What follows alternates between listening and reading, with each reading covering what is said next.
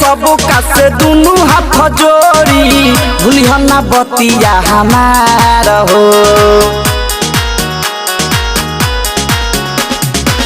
रितेश भैया के अब की जिताई कभी ही एगो पकार हो।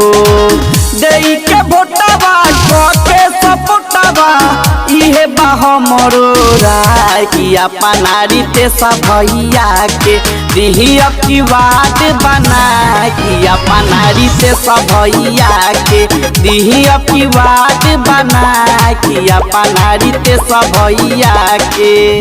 गांव घर का विकास हो अगर, गांव घर का विकास हो अगर आपका सपना हो तो मौका उसे दीजिए जो आपका अपना हो। Singh recording studio Gopalganj Bihar.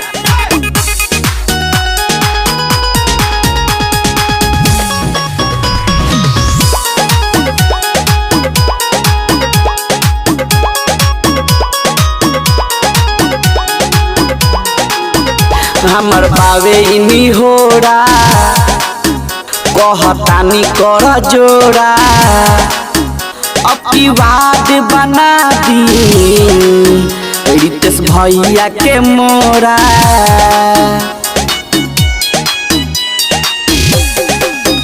हमर बावे इनी होरा कहतानी कर जोड़ा अखिवाद बना दी रितेश भैया के मोरा।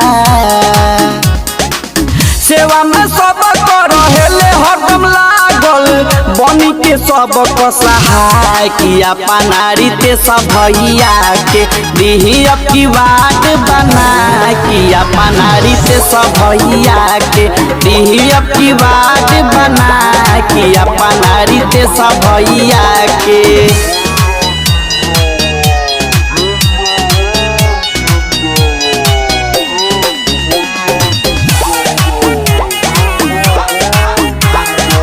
Singh recording studio Gopalganj Bihar. कि बुजुर्गों की तकलीफें युवाओं का गम देखेंगे, बुजुर्गों की तकलीफें युवाओं का गम देखेंगे। हर घर की समस्या को केवल अब हम देखेंगे, केवल अब हम देखेंगे।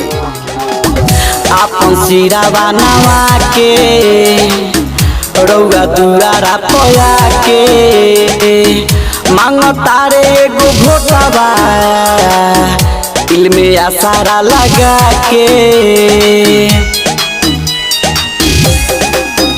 आपन सिरावा नवा के रउरा दुआरा पया के मांग तारे एगो भोटवा दिल में आसारा लगा के।